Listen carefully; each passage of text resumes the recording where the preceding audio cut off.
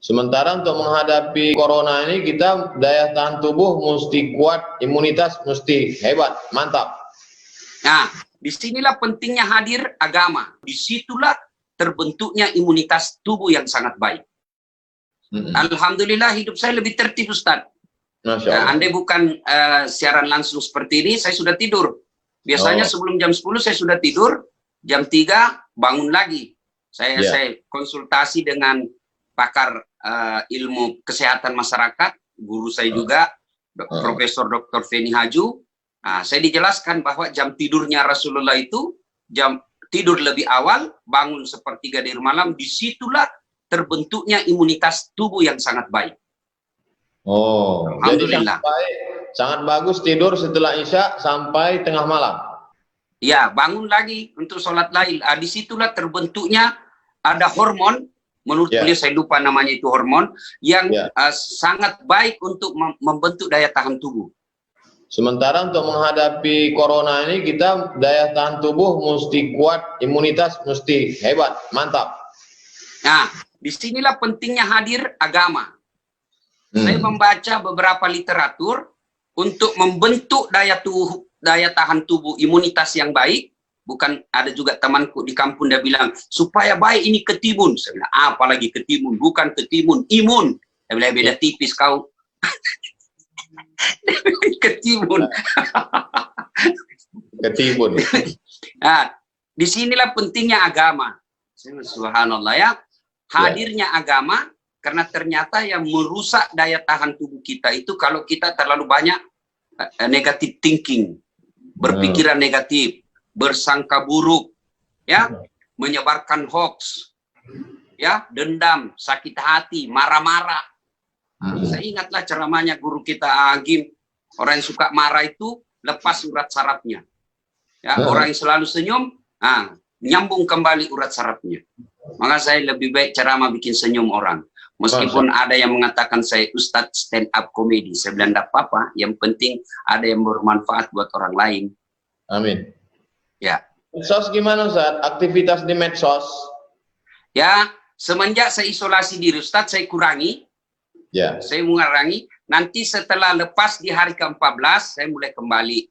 Itu pun saya membatasi Ustadz, karena saya lebih fokus buku saya, kemudian dengar ceramah. Ibaratnya selama saya isolasi diri, saya menempa diri, ngecas, download. Untuk persiapan selesai virus ini, baru lahir kembali untuk materi-materi dakwah yang lebih baik. Itu dari guru Ustadz Abdul Somad. Mohon izin melalui acara ini, saya izin memang toh, supaya nanti jangan sampai Ustadz dengar ceramah saya, itu copy paste. Tapi saya sudah izin malam ini. Apa sebenarnya ketika kita dinyatakan orang dalam pemantauan atau kita habis ketemu dengan orang yang kena virus corona, itu sebenarnya gimana perasaan psikologis kita? Saya rasakan Ustadz memang cemas, sempat goyang saya Ustadz. Yang membuat saya, sebab yang saya pikirkan adalah jenazah kita sudah tidak dimandikan seperti umumnya. Ya, kita tinggal di tayamumi kalau kita wafat. Itu yang saya pikir Ustadz. Kemudian keluarga kita sudah tidak dekat dengan jenazah. Tidak boleh lagi kita mendekati jenazah arwah orang yang meninggal. Kemudian kita disolati tidak rame-rame. Ya. Kemudian tidak ada tradisi. Kalau di sini tradisi di Sulawesi Selatan ada malam pertama setelah meninggal hari ini, malamnya ada takziah 1 sampai ke 7 orang untuk datang memberikan dukungan. Semua itu saya bayangkan tidak ada. Tapi saya akhirnya berbesar hati dan kembali merasa bangkit kembali setelah saya mendapati hadis orang yang mati karena wabah itu dinilai syahid dunia. Wah, saya lagi semangat lagi. Kenapa mesti takut? Memang semua orang mati, tapi ya sempat memang goyang Ustaz. Apalagi ketika istri saya mengatakan anak saya masih kecil, Ece masih kecil. Waduh, ada lagi ada lebih kurang ngajar. Keluarga dia bilang bagi-bagi memang cepat warisan.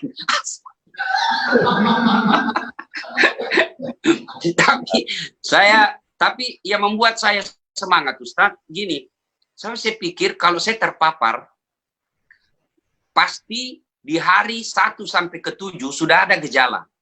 Minimal saya demam, atau batuk, atau tenggorokan saya. Tapi semua gejala-gejala yang disampaikan itu tidak ada.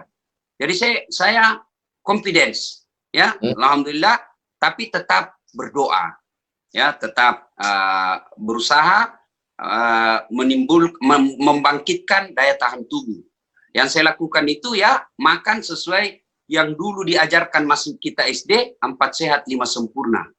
Nah, bahkan ini saya ketawa-ketawa sendiri di rumah. Waktu kita dulu kecil di kampung kan dibilang tahun 2020 nanti kita akan melihat mobil terbang. Ya, kita akan melihat lagi bukan lagi kendaraan di aspal, tapi kendaraan di atas udara lagi, mobil terbang. Tapi ternyata di 2020 ini baru kita diajari bagaimana cara mencuci tangan yang benar.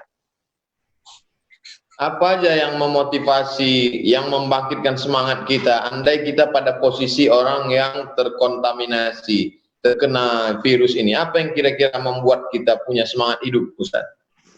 Yang pertama, kalau saya hindari medsos. Karena banyak postingan-postingan di medsos itu yang mengeri. Ya, baru saja meninggal, disisirkanlah ini. Jadi pikiran kita lebih banyak yang negatif, ngeri-ngerinya. Jadi jalan pertama, tutup medsos. Kalau mau dapat informasi, cari informasi yang kompeten. Karena sekarang saya melihat, kita perlu belajar dari, mohon maaf Tuan Guru, binatang. Ini binatang ini tidak pernah mengambil alih tugasnya orang lain, binatang yang lain. Sampai sekarang ini, kambing tidak pernah menggonggong. Dia profesional. Sampai sekarang ini kucing tidak pernah mengembek, tidak pernah ngambil materinya orang. Sekarang ini kita lihat di medsos, dia bukan ulama, bicaralah tentang fikih. Seolah-olah dia paling hebat dari orang yang belajar dari Mesir, dari Madinah. Padahal dia belajar di medsos baru 2 hari. Ya, dia tidak pernah sekolah kesehatan, tapi seolah-olah dia kuasai ini virus ini. Supaya menghindari semua informasi yang bias ini. Maka cara saya lakukan, tutup medsos. Kalau ada keterangan yang saya perlukan, telepon langsung ahlinya. Yang berikutnya, gizi.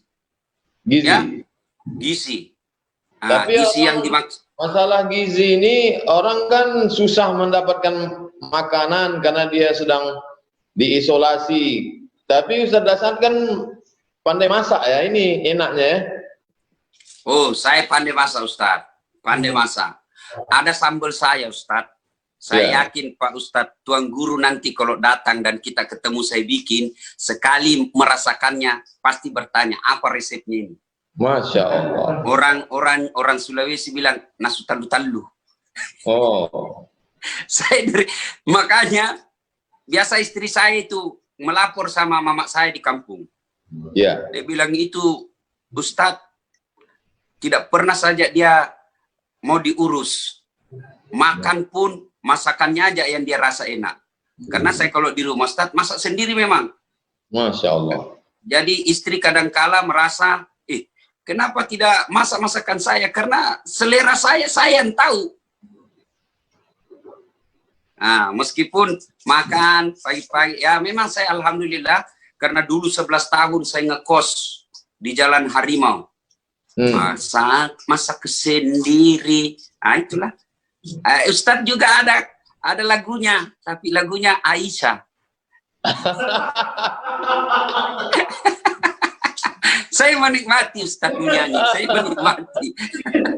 Kalau saya Ustadz spesialis Romai Rama. Masya Allah. Spesialis Romai Rama. Apa lagu Bang Roma yang cocok untuk musim corona ini? Ya, lagu Begadang Jangan Begadang. Karena salah satu penyebab turunnya stamina, daya tahan tubuh begadang. Makanya Omai Rama dari dulu sudah ditemukan oleh Omai Rama ini. Begadang jangan begadang, kalau tiada artinya. Begadang boleh saja, kalau ada perlunya. Ada lagi di situ. Kalau terlalu banyak begadang, mata pucat karena darah berkurang.